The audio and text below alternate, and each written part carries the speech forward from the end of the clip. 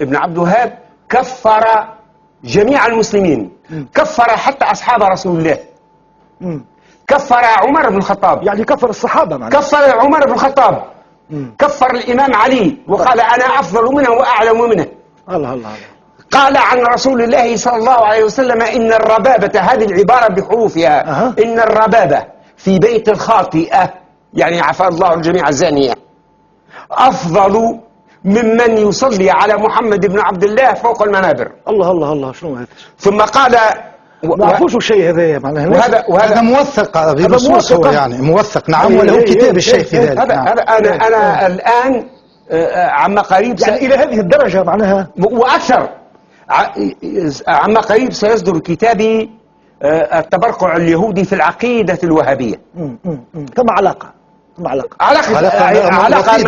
ممتدة إلى يومنا هذا. لا تكاد تميز بين العقيدة الوهابية والعقيدة اليهودية إلا في بعض الأمور الظاهرية.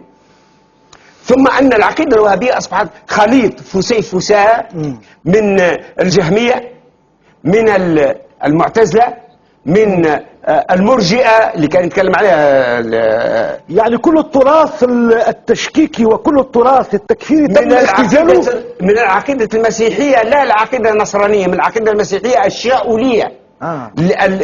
العقيدة الشاؤولية نسبة إلى شاؤول المدعو بولس الرسول الذي حارب عيسى وقتل الحواريين اللي هم بعبارة عن الصحابة.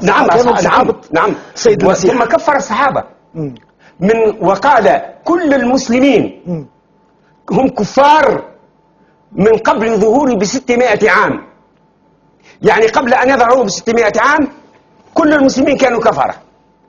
والآن أتباعه وأتباع هذه الحركة وأنصارها الآن مصرون على هذا النهج. على في تونس شكون من الأنصار؟ وهو كثير معناها واضحين بالاسم. نعم ظاهرين كثير. نعم.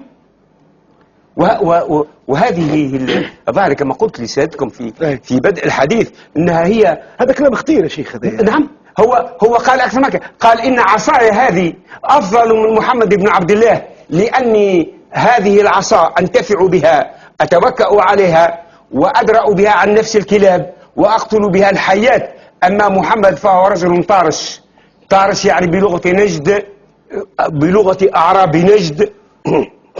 حاشاه صلى الله عليه وعلى اله وصحبه وسلم. يعني ساعي بريد بسطاجي جاء برسالة وذهب ومات وانتهى. قال أن عصاي هذه أفضل من محمد بن عبد الله، لأني أنتفع بها وأتوكأ عليها. أما محمد بن عبد الله فهو رجل طارش جاء برسالة ثم ذهب في حال سبيله ولم يعد ينتفع به في شيء. حاشا رسول الله. أنا أعطيكم المراجع، اسألني عن المراجع أرجعكم إلى المراجع ومستعد لأقدمها. واضح. نعطيه كلمة للشيخ. انضموا إلى صفحتنا، صفحة نشور تونس.